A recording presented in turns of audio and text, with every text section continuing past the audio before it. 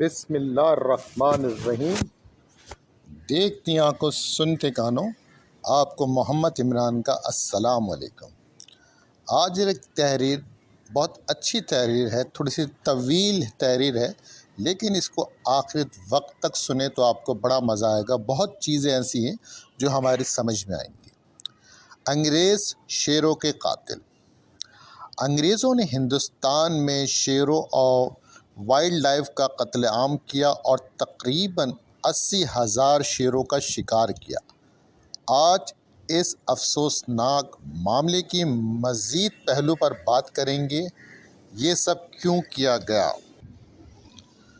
Professor Joseph ceramic اپنی کتاب face ہم لائک اے برٹن میں لکھتے ہیں کہ برطانوی راج میں ہندوستان میں شیروں کے اس شکار کی ایک وجہ ٹیپو سلطان سے انگریزوں کی نفرت بھی تھی۔ ٹیپو سلطان شیروں کو بہت پسند کرتے تھے، انہیں شیر میسور بھی کہا جاتا تھا۔ ٹیپو سنسکرت زبان کا لفظ ہے جس کا مطلب ہے شیر۔ جیسا کہ ان کی تلواروں اور خنجر پر بھی شیر کی شبیہ بنی ہوتی تھی، شیر ہی ان کی سلطنت کا سرکاری نشان تھا، اور ان کے لیے جو تخت بنایا تھا وہ بھی ایسا تھا جیسا کوئی شیر کے اوپر بیٹھا ہوا ہے۔ ٹیپو سلطان نے فرانسیسی معماروں سے ایک مجسمہ بنایا تھا جس میں ایک شیر ایک انگریز سپاہی کو گرائے ہوئے ہے۔ یہ مجسمہ آج بھی وکٹوریہ اینڈ البرٹ میوزیم میں رکھا ہے۔ چنانچہ ٹیپو سلطان کو شکست دینے کے بعد انگریزوں نے ٹیپو سلطان کو آؤٹ ڈو کرنے کے لیے شیروں کا اس بے رحمی سے شکار کیا۔ جہاں لاکھوں شیر پائے جاتے تھے، وہ برطانوی راج کے اقتدار پر محض چند ہزار رہ گئے۔ وحشت کے اس سارے کھیل میں شیر میسور کی تذلیل مقصود تھی۔ چنانچہ ٹیپو سلطان کے میسور میں ہی وین انجن نامی ایک فرم قائم کی گئی جو شیروں کو حنوط کرتی اور کھال میں بھوسا بھر کے جانوروں کے ماڈل تیار کرتی۔ یہ کام کہیں اور بھی ہو سکتا تھا۔ میسور سے بڑے شہر بھی موجود ہیں جہاں کی مارکیٹ کے امکانات میسور سے کہیں زیادہ تھے، لیکن چونکہ مقصود سلطان ٹیپو کی نسبت کی تذلیل تھی، اس لیے یہ فرم میسور میں قائم کی گئی۔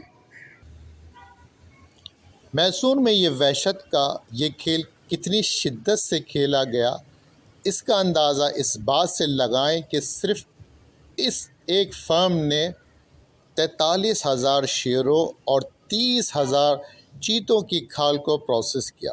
جس شہر میں شیر میسور سلطان ٹیپو کی یادیں بسیرا کیے ہوئی تھیں، اس میسور کے بازوؤں میں اور چوراہوں میں شیروں کی کھالوں کو خشک کیا جاتا۔ ہندوستان بھر سے شیر مار کر ان کی کھالیں میسور بھجوائی جاتی تھیں۔